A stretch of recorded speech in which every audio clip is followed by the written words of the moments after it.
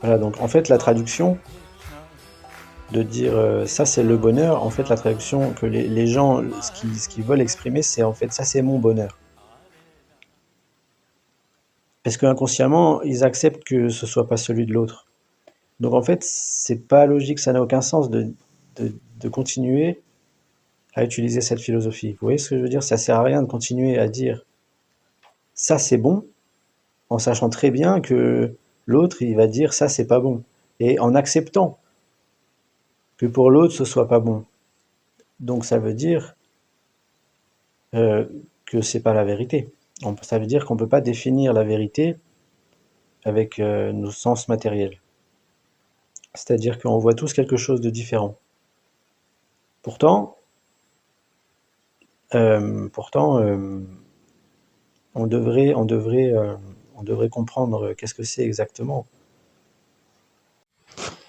Parce que la chose qu'on voit tous différemment, en fait, elle reste la même. Chacun voit chez quelque chose de différent, mais en fait, c'est la même chose. Donc, on devrait arrêter de, de dire chacun quelque chose de différent, alors que c'est la même chose. On devrait s'entendre très simplement, en fait, sur qu'est-ce que c'est. Au moins, enfin, je dis pas que, oh, je l'ai déjà dit, je vous dis, les gens, ils le font consciemment. Ils savent que ils disent n'importe quoi, mais ils utilisent quand même cette philosophie. Ils basent quand même leur vie là-dessus. Ils savent que chacun a un avis différent. Ils acceptent que, euh, euh, que ce qu'ils disent, c'est faux, parce qu'ils acceptent que les autres disent différemment. Par exemple, vous voyez. Et pourtant, ils continuent d'agir, euh, comment on appelle ça, euh, accordément à cette philosophie qui jugent eux-mêmes fausse. Voilà. Donc, on devrait au moins euh, faire un effort à ce niveau-là. C'est-à-dire vraiment arrêter en fait de, de ne pas réfléchir et en fait de faire quelque chose. Parce que c'est ça qui est important en fait. On l'a dit au début, c'est ce qui te va donner le bonheur, c'est de se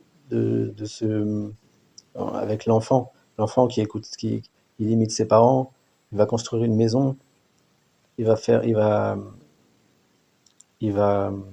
pour avoir l'air intelligent, mais en fait, il sait pas ce qu'il fait, lui, il imite, il a juste envie d'avoir l'air intelligent.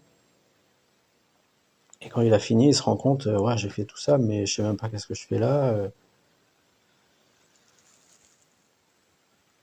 Et du coup, l'homme vraiment intelligent, il va faire un effort dans ce sens-là, il va réagir, il va répondre, il va faire quelque chose pour vraiment comprendre. En fait, il va pas prendre de- il va rien faire à la légère, il va pas prendre de décision à la légère. Il va chercher vraiment à comprendre, à se poser la question. Et il va comprendre que c'est ça qui est important. Parce que sinon, j'agis, je sais pas pourquoi j'agis. Donc, il faut que je fasse quelque chose. Donc, ça va donner des résultats, ça va. Et en fait, on explique que, ben, en fait, on goûte seulement au vrai bonheur dans cette situation-là. Il n'y a que ceux qui font une expérience réelle de la vie. Et là, je vous assure que vous rentrez dans quelque chose qui est vraiment euh, succulent à vivre, vraiment. vous touchez le bonheur réel, en fait, pour la première fois. Parce que vous savez qu'il est là, vous savez qu'il est là. En fait, si vous voulez, donc voilà. Donc, on va revenir sur l'histoire de qu'est-ce qui se passe si, si je ne trouve pas. Qu'est-ce qui se passe si je fais pas tout ça, si je fais pas d'efforts? Eh ben, euh,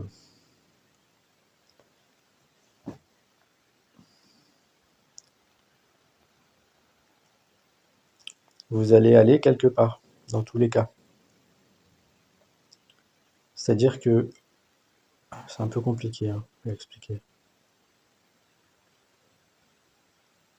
Mais forcément, il va se passer quelque chose. C'est pas comme si ça n'avait aucune valeur. C'est pas comme si il n'y avait pas de sens, que tout allait s'arrêter. En fait, on est en train d'expliquer que le but de la vie, c'est d'agir. Donc, ça veut dire que c'est notre nature. J'aimerais bien vous l'expliquer un peu mieux. Donc, il n'y a pas de raison que ça s'arrête. En fait, au moment de la mort, l'âme change de corps. C'est-à-dire que on m'a expliqué que je ne suis pas ce corps. Si j'ai une existence réelle, alors 100% de ce que je suis est réel. Donc mon libre arbitre, il est réel. Et ça veut dire que, on l'explique aussi différemment. En fait, on explique que ce qui est réel est éternel. Ce qui, voilà.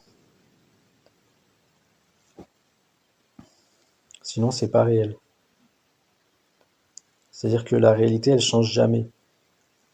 Donc, et personne peut jamais la changer.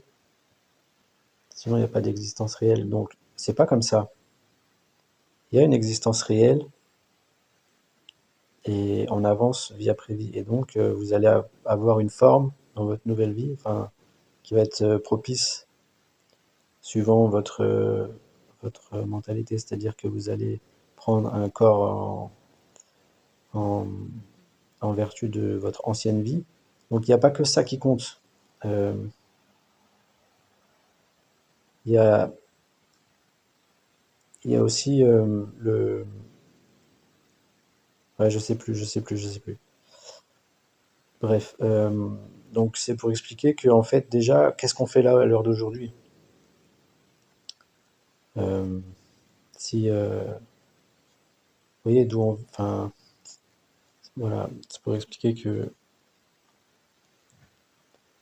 Bon, je sais pas trop comment vous expliquer, ni ce que je sais plus ce que je voulais vous dire non plus. Euh,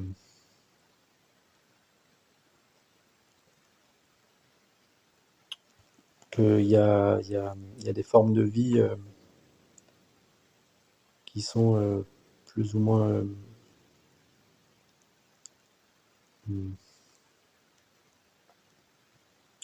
à même, c'est-à-dire de trouver une condition propice à la réalisation spirituelle. Euh,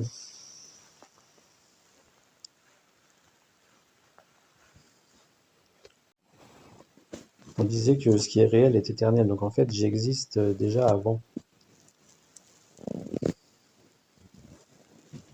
Et j'ai perdu cette condition.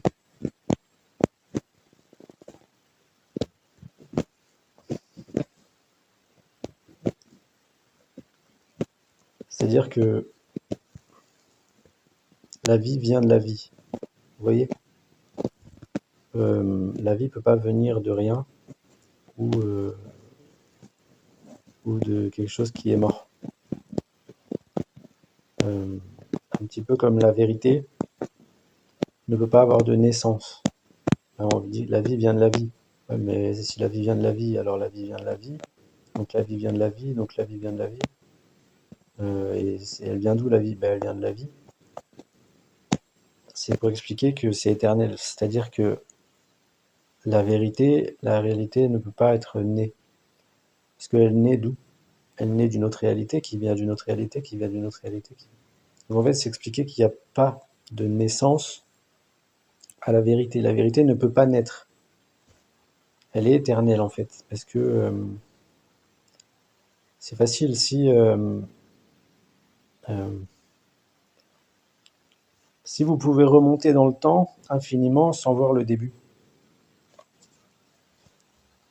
C'est ça qu'on appelle l'éternité. Donc c'est pour expliquer que il n'y a ni début ni fin en fait. S'il n'y a pas de début, il n'y a pas de fin. Euh, et bon, donc c'est positif parce que donc on comprend que les êtres ont perdu cette, cette chose-là, cette condition éternelle, et que en fait ça va pas durer parce que bon, ça pour expliquer ça, c'est-à-dire que c'est logique en fait pour le coup. C'est que ce qui n'est pas réel n'est pas éternel, logiquement. Donc ce corps n'est pas éternel. Enfin voilà, bref, ce corps il n'est pas éternel. Voilà. Donc je ne suis pas ce corps. Je sais plus exactement ce que je voulais vous dire. Je pense que je vais regarder et puis on verra si je ferai sûrement une deuxième vidéo pour continuer. Allez, on continue. Donc en fait, ce qu'on peut, voilà, qu'est-ce qu'on fait là à l'heure d'aujourd'hui, c'est pour expliquer que déjà il s'est passé quelque chose avant pour qu'on arrive là. C'est-à-dire que là, je suis pas dans ma condition éternelle. Donc qu'est-ce que j'ai fait pour arriver là? J'ai dû faire quelque chose. C'est pour expliquer. On, on peut comprendre beaucoup de choses.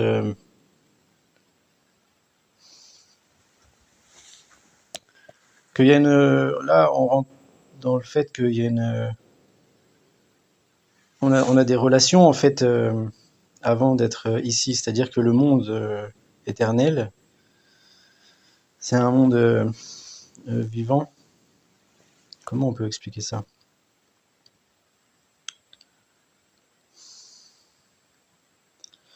Et que en fait la vraie vie c'est là-bas en fait. Et bon, je sais pas comment on peut expliquer. En fait, ce que je veux vous expliquer, c'est qu'on n'est pas arrivé là sans raison, c'est-à-dire que on avait une existence avant. On n'est pas apparu dans ce monde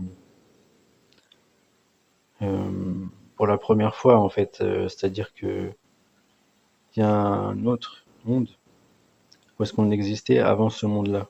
Mais exactement ce que je veux vous dire, c'est que ici c'est le monde matériel et le monde d'où on vient, c'est le monde spirituel. Enfin, parce que d'après ce qu'on a dit jusqu'à maintenant, on ne peut pas considérer qu'il n'y ait pas d'existence avant le monde matériel. C'est-à-dire qu'il y a forcément quelque chose qui, qui s'est passé pour qu'on arrive ici. Comment expliquer? Et bon. Je voulais vous expliquer en fait la nature de notre condition originelle et éternelle. Et puis aussi la nature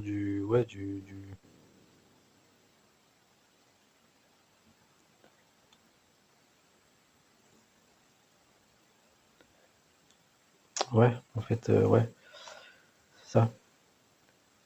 Mais bon, on a le temps. On verra ça plus tard. Mais en fait, je peux vous l'expliquer vite fait, c'est que on a vu la nature de l'existence. Ok, mais Donc, on a vu aussi l'existence de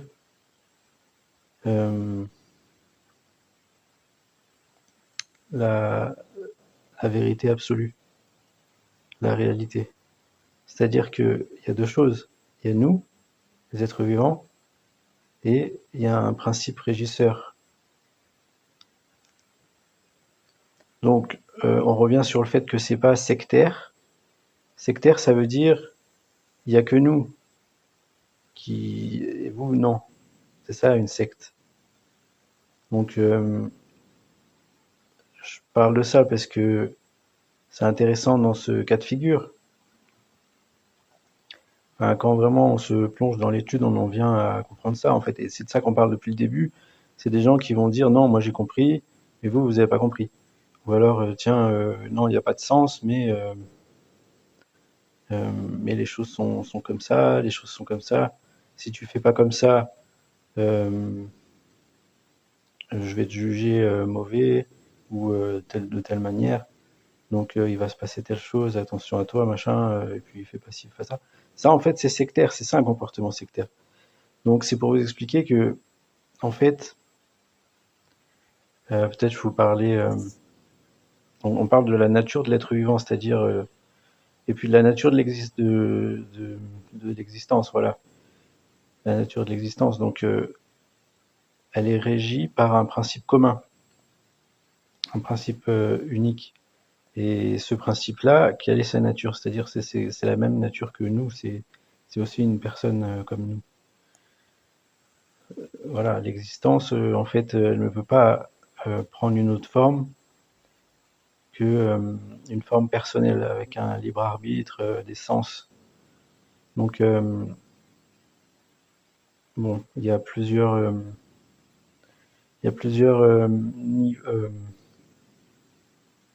on va dire, dimensions. Euh, je sais pas trop comment vous expliquer, mais là c'est compliqué. Mais pour vous expliquer quelle est la nature de la vérité absolue, sans qu'il rien n'existe.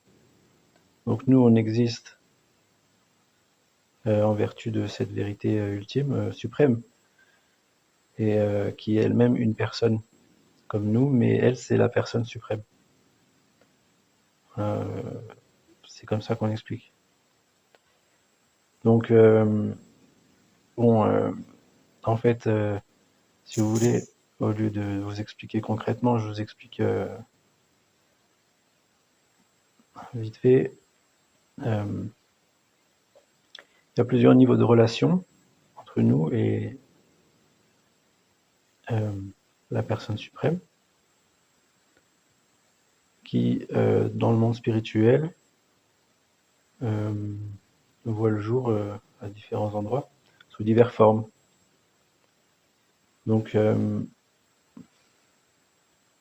on disait, je ne me rappelle plus.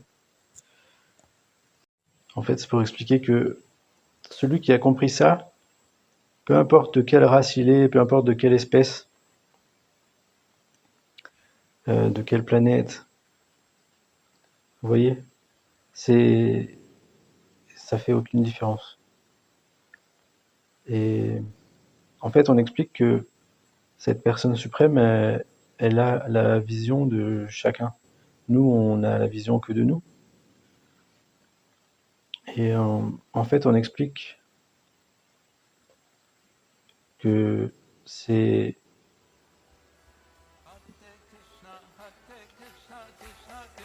elle qui, en voyant le désir des êtres vivants, donc c'est de ça que je vous parle depuis le début, le but de la vie, c'est d'avoir ce désir de servir la vérité absolue, en fait. Maintenant, on a mis un mot. Au début, je vous disais, oui, agir en conscience, tout ça, tout ça. Essayer de réfléchir, de comprendre sincèrement, se poser des questions, faire des efforts, et enclencher l'action, peu importe quelque chose. En fait, c'est une conscience que l'action compte pour la vérité absolue, qui est une personne qui va recevoir cet acte. Et ça, c'est le but de la vie. Donc, essayer de la comprendre et voilà, et de voilà. Je disais quoi? Voilà, à ce moment où l'être vivant il commence à s'engager dans cette activité, le service de dévotion, on l'appelle Bhakti Yoga, comme le yoga que vous connaissez, mais c'est une autre forme de yoga. Et le but de tous les yogas, en fait, c'est la maîtrise du mental, l'engagement des sens au service de la personne suprême. Le but de la vie, c'est pas de satisfaire mes sens, mais c'est de satisfaire les sens de la personne suprême. Et c'est comme ça qu'on est heureux. C'est ça le but du yoga. C'est je veux, je veux rien pour moi. Je veux pouvoir avoir une relation avec la vérité absolue, la personne suprême. En tant que personne, je veux la connaître, je veux savoir, je veux la voir, je veux qu'elle m'explique euh, ce qu'elle ressent, ce qu'elle veut, et je veux essayer de le satisfaire ça. Voilà, moi je veux ça, moi. Donc je disais, à partir du moment où l'être vivant s'engage dans le service de dévotion, ce qu'on appelle le Sanatan Dharma, c'est-à-dire la condition originelle et éternelle des êtres vivants, peu importe les êtres vivants. Que vous soyez une fourmi, que peu importe la planète, la race, le genre, peu importe si vous êtes un être vivant, votre but c'est le même.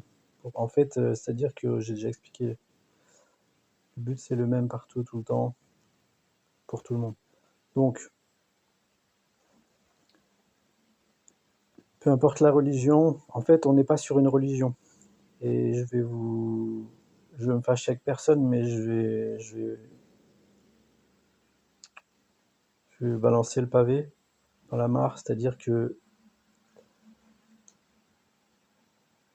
j'ai déjà expliqué que, en fait, par exemple, ce qu'on appelle une secte, c'est des gens qui excluent les autres. Par exemple, si vous ne faites pas ça, vous allez en enfer pour l'éternité. Ça, c'est typiquement ce qu'on appelle une secte. Donc ces gens-là, je dis pas que c'est une secte, mais je dis ils ont dérivé, ils sont dans la dérive sectaire. C'est ça qu'on appelle la dérive sectaire. Parce qu'en fait, Jésus, il a jamais enseigné il y a l'enfer pour l'éternité. Jésus, il a enseigné quoi? C'est quoi le premier commandement? Le premier commandement, c'est tu ne tueras point. Il faut comprendre que la parole, faut pas la prendre à la légère. Moi, enfin bon, bref, tu ne tueras point, ça veut dire dans le futur, tu vivras dans un monde où la mort n'existe pas. Ça veut dire que tu seras éternel. Éternel un jour, éternel toujours. Aujourd'hui même, nous sommes éternels. Tu es dans une fausse identification du soi. Tu crois que tu es ce corps de matière, mais tu es une âme spirituelle. Ça, c'est vrai pour toujours. Il n'y a pas de début. L'âme n'a pas de commencement, elle n'a pas de fin. La relation qu'on a avec Dieu est éternelle. Donc, c'est positif. Ça veut dire que le reste, c'est temporaire. L'illusion est temporaire.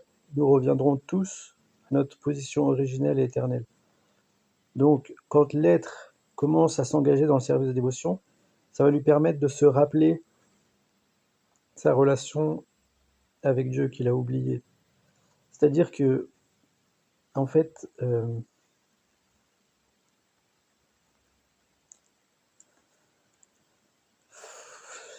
c'est-à-dire que bon, tout ça c'est pas réel. Par contre, voilà, en fait, euh, suivant le désir de l'être vivant, suivant voilà, le désir, il obtient un degré d'intimité, voilà, une relation spécifique avec Dieu. Et il peut, et cette relation donc prend forme dans un cadre particulier, donc dans le monde spirituel. Donc il y aura la planète de Jésus, il y aura la planète de, je sais pas, il y en a un nombre innombrable, hein, c'est innombrable. Alors voilà, un petit détail, on voit souvent des spiritualistes dire que les plantes, les animaux n'ont pas d'âme, n'ont pas de conscience. Alors je sais pas d'où ils ont cette info. Je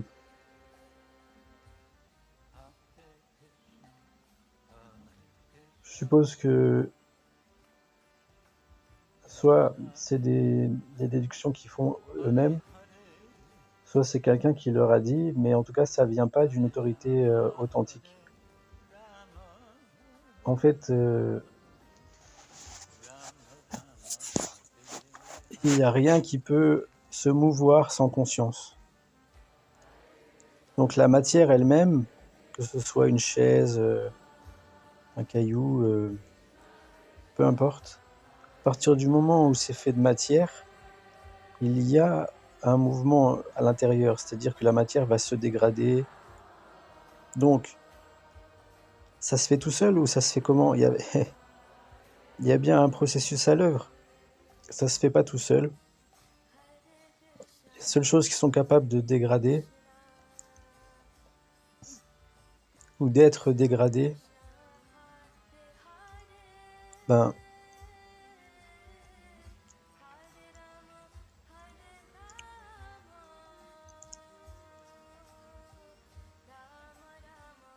c'est finalement de la matière constituée de tissus vivants. Je sais pas comment vous expliquer.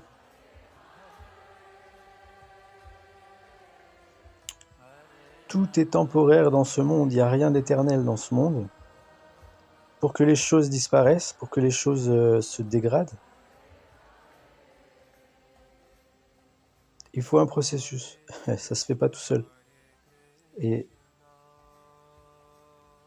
il n'y a rien, même si on le protège de tous les facteurs, on ne peut pas empêcher la maladie, la vieillesse, la naissance et la mort. Ça, c'est voilà, c'est propre à tout dans ce monde. Donc, ce qui est affecté par ça, c'est l'âme. C'est-à-dire que suivant notre karma, on va prendre naissance dans un corps en particulier. Ça peut être un atome d'hydrogène, ça peut être un éléphant, ça peut être même le feu. Hein. En fait, même le soleil, je veux dire, toute la manifestation cosmique, aussi grande soit-elle, elle est faite de matière. Et chaque atome est un être vivant. C'est comme ça que la matière se dégrade.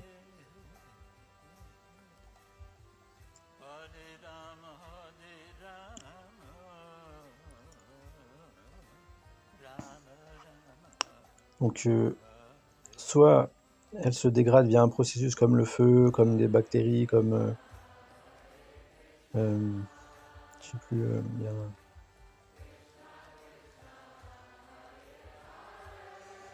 voilà, c'est tout. Soit, en tout cas, ce qui se passe, c'est que il y a un moment donné, l'âme quitte le corps. Donc chaque atome est un être vivant, une âme spirituelle, et suivant son karma,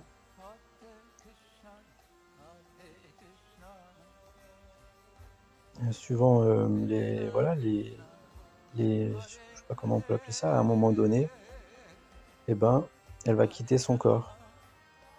C'est comme ça que la matière peut se dégrader. Voilà. Donc, bien sûr, il y a différents niveaux de conscience, mais il y a une conscience dans chaque atome, dans chaque être vivant, dans chaque plante, dans chaque animal. Chaque animal. Peu importe sa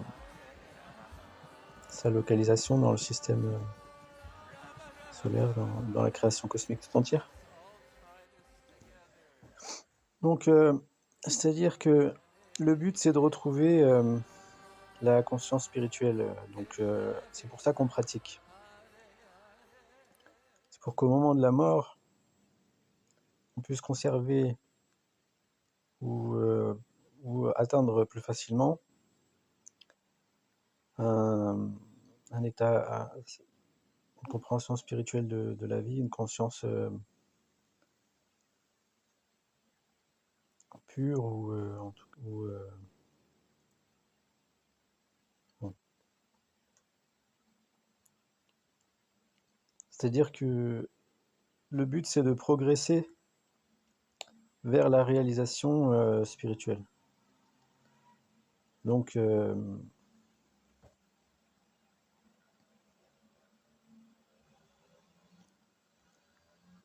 c'est possible de l'atteindre pendant sa pratique durant sa vie, et c'est possible de l'atteindre au moment de la mort aussi, si on ne l'a pas atteint durant sa vie. Mais pourquoi je voulais vous parler de ça? Ouais, c'est ça quoi. C'est-à-dire que c'est important quand même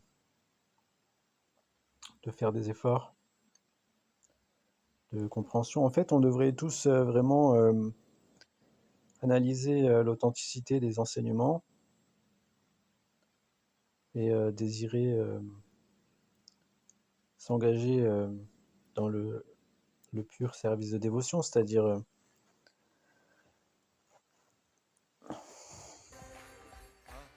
cet état où on est serein. En fait, l'histoire, c'est que quand on va atteindre ça, on va voir, on aura la vision pour ne pas retomber dans le monde matériel.